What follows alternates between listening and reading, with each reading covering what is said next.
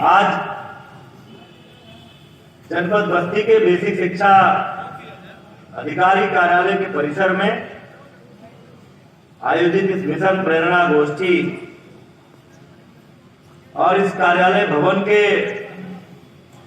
जीर्णोद्धार, नवीनीकरण, सुंदरीकरण तथा जिले के कुछ जर्जर विद्यालयों को ध्वस्त करके उनके नवीन भवन के निर्माण के शिलान्यास के अवसर पर आयोजित इस कार्यक्रम में अभी हमारे बीच उपस्थित रहे भारतीय जनता पार्टी के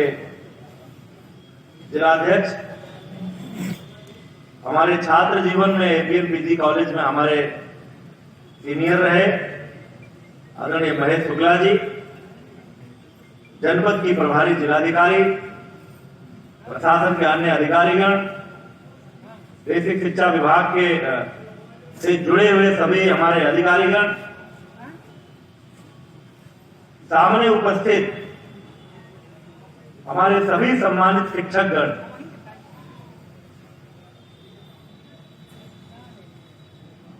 मैं अलग अलग संबोधन इसलिए नहीं करता, संतोष जी सोच रहे होंगे शिक्षा मित्र का नाम नहीं ले रहे हैं। मैं जब शिक्षकगण कहता हूं तो उस शिक्षा परिवार में स्वयं मैं सौभाग्यशाली मैं भी हूं, केवल शिक्षा मंत्री होने के नाते नहीं, एक शिक्षक होने के नाते मैं भी उसी परिवार का हिस्सा हूं। इसलिए जब मैं शिक्षकगण कहता हूं तो उसमें हमारे उच्च प्राथमिक से जुड़े हुए सभी हमारे शिक्षकगण, प्राथमिक से जुड़े हुए शिक्षकगण, शिक्षा मित्रगण, अनुदेशकगण, हमारे इंटरनल टीचर, स्पेशल टीचर, जितने लोग भी पूरे बेसिक शिक्षा परिषद के अध्यापन की व्यवस्था से जुड़े हुए हैं, ऐसे सभी सम्मानित शिक्षकगण, यहाँ उपस्थित हमारे मीडिया के मित्रगण, इस नगर के सम्मानित नागरिकगण, अन्य सम्मानित जन जो आज इस परिसर में इस अवसर के साक्षी बनने के लिए उपस्थित हैं।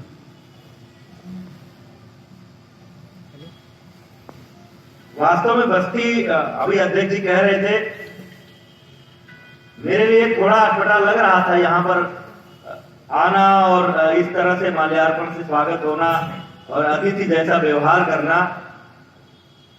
क्योंकि हमको अपने सिद्धार्थ नगर में जिस तरह से लगता है कि हमारा घर है, क्योंकि जब मैं पैदा हुआ तो मेरा जिला बस्ती ही था, हम इसको अपने जिले के रूप में ही जानते हैं, इसलिए यहाँ भी मेरे मन में कोई अतिथि होने का भाव पैदा नहीं होता है।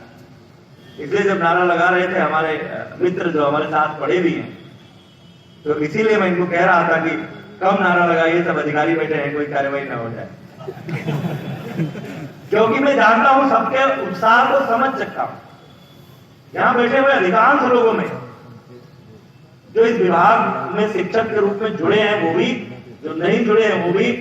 कोई मेरे साथ पढ़ा है संतोष भट्ट जी की तरह और इनकी तरह, कोई मेरा जूनियर है धीरज सरीन की तरह, तो कोई मेरा सीनियर है महेश शुक्ला की तरह, अधिकांश लोग ऐसे हैं, उनका उत्साहित होना स्वाभाविक है। मेरे मन में भी वैसा ही उत्साह रहता है। तमाम सारी मर्यादाओं का पालन करना पड़ता है, नहीं तो शायद मैं भी उतने औपचारिक ढंग से आपके बीच नहीं आता मंच पर, उसी तरह से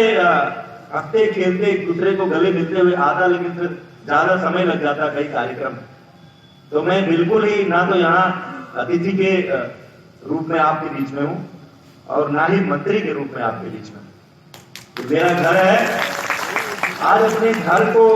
सुंदर, सुसज्जित, व्यवस्थित देख करके प्रसन्न हूँ। कई बार बस्ती आया,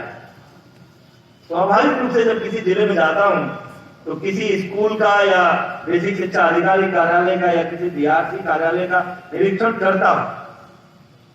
ये समझने के लिए कि हमारे विभाग से जुड़ी हुई जमीनी समस्याएं क्या हैं, उनका समाधान कैसे होगा।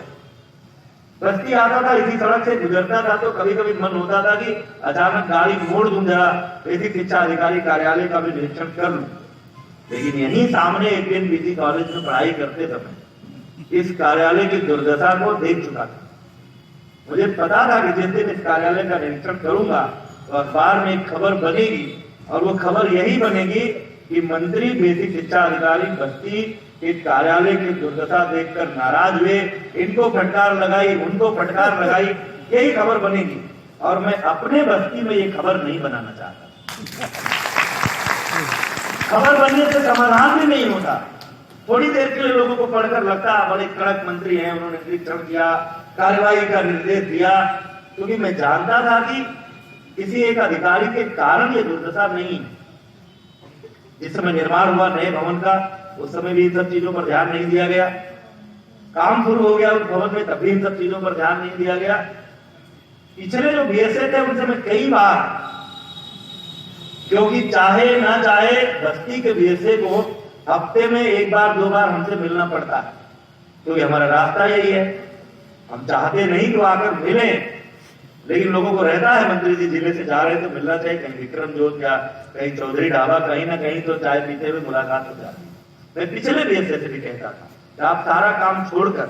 पहले जहां जहां आपका ऑफिस चलता है उसको भी सुंदर बनाइए, नहीं तो आप स्कूलों का सुंदरीकरण करेंगे, कायाकल्प करेंगे, और जिस अध्यापक को आप कहेंगे कि अपने विद्यालय को अच्छा बनाओ, सुंदर बनाओ, तो अध्यापक जब कभी आपके कार्यालय आएगा तो वो कहेगा कि दीपक तले ही अंधेरा है, अपना ठीक नहीं कर रहे, हमको ठीक करने नहीं ध्यान में आया उनको। यह भी एक कारण था उनके यहां से जाने का, क्योंकि आपके विभाग का मंत्री किसी एक बात के लिए आपको 4 बार कहे और उसके बाद भी आपको उसका भान ना हो, तो फिर समझ में आता है कि आप उस दायित्व का कितना निर्वहन कर सकते हैं। ये आए तो इनसे भी मैंने पहली मुलाकात तो यही बात कही। इन्होंने कहा कि सर किसी कार्य से आप आते जाते हैं, किसी कार्यक्रम में आपको आमंत्रित करना चाहता हूं। मैंने इनसे कहा आप कोई कार्यक्रम कराना चाहते हैं तो अपने कार्यालय में कराइए, लेकिन उसके पहले उसको कार्यक्रम करने लायक बनाइए। और आपको विश्वास नहीं होगा, कल ही मैं दिन में इटवा में था, हमारा एक नया नगर पंचायत बना, हमारी विधानसभा में मेरी नगर पंचायत आज से नहीं था, हमारे माननीय मुख्यमंत्री योगी जी की कृपा से 2 नगर पंचायतें बनी हैं। कल मैं उसके विकास कार्य का उद्घाटन करने के लिए अभी इटवा पहुंच ही रहा था, तो रास्ते में मुझे सूचना मिल गई कि 6 बजे माननीय मुख्यमंत्री जी ने बेसिक शिक्षा विभाग की समीक्षा बैठक बुलाई। फिर मुझे वापस जाना पड़ा। आज फिर मैं लखनऊ से आ रहा हूँ, इसलिए थोड़ा विलंब हुआ, नहीं तो मैं 11 बजे आ जाता इटवा। उस समीक्षा बैठक में कल ही उन्होंने कहा कि तुम्हारे बेसिक शिक्षा का अधिकारियों के कार्यालय कई जगहों पर बहुत अच्छे नहीं लगते हैं, देखने में अस्त व्यस्त हैं, अव्यवस्थित हैं, सुंदर नहीं है। स्कूलों का कायाकल्प कर रहे हो, इन कार्यालयों का भी कायाकल्प करो। तो उन्हें प्रसन्नता हुई जब मैंने कहा माननीय मुख्यमंत्री जी अभियान हमने शुरू कर दिया है और पहला ऐसा उद्घाटन कल बस्ती में करने जा रहे हैं। इसलिए मैं सबसे पहले तो बधाई देना चाहता हूं हमारे बेसिक शिक्षा अधिकारी श्री जेपी शुक्ल को, यहाँ के हमारे विभाग के अधिकारियों को और अपने जिलाधिकारी और मुख्य विकास अधिकारी, क्योंकि वास्तव में ये दोनों ऐसे पद हैं कि अगर ये रुचि नहीं लेंगे तो बेसिक शिक्षा की कोई भी व्यवस्था ठीक नहीं होती। क्योंकि तमाम सारी समितियों के अध्यक्ष हैं, सीडीओ हमारे नोडल अफसर होते हैं विभाग के, हम तमाम सारी योजनाएं जो बेसिक शिक्षा में लागू करते हैं उसकी मॉनिटरिंग करना और उसकी रिपोर्टिंग करना शासन को, यह भी जिलाधिकारी के जिम्मे होता है। जिन भी जिलों के दोनों अधिकारी रुचि लेते हैं इन विद्यालयों पर, इस विभाग पर उनकी व्यवस्था अच्छी हो जाती है। मैं आज मंच से इस व्यवस्था के लिए भी और जो वर्णन किया गया अभी, जितने विद्यालयों का कायाकल्प हुआ, जितने विद्यालयों को एक मॉडल स्कूल के रूप में डेवलप करने का प्रयास हुआ, उन सब से जुड़े हुए हमारे शिक्षकों, वहां के निवर्तमान ग्राम प्रधानों, हमारे अन्य जनप्रतिनिधियों, चाहे वो हमारे सांसद जी हो या हमारे विधायकगण हो, जिन लोगों ने रुचि ली है विभिन्न विद्यालयों की व्यवस्था को ठीक करने, या हमारे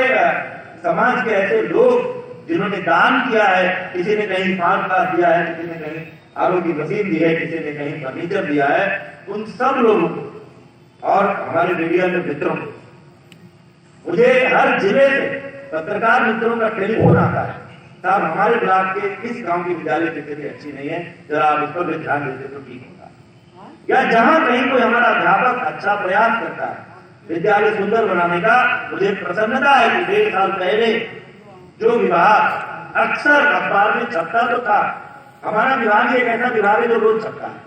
जिसके लिए कोई विज्ञापन नहीं देना पड़ता। लेकिन 1.5 साल पहले 2 साल पहले जब ये छपता था तो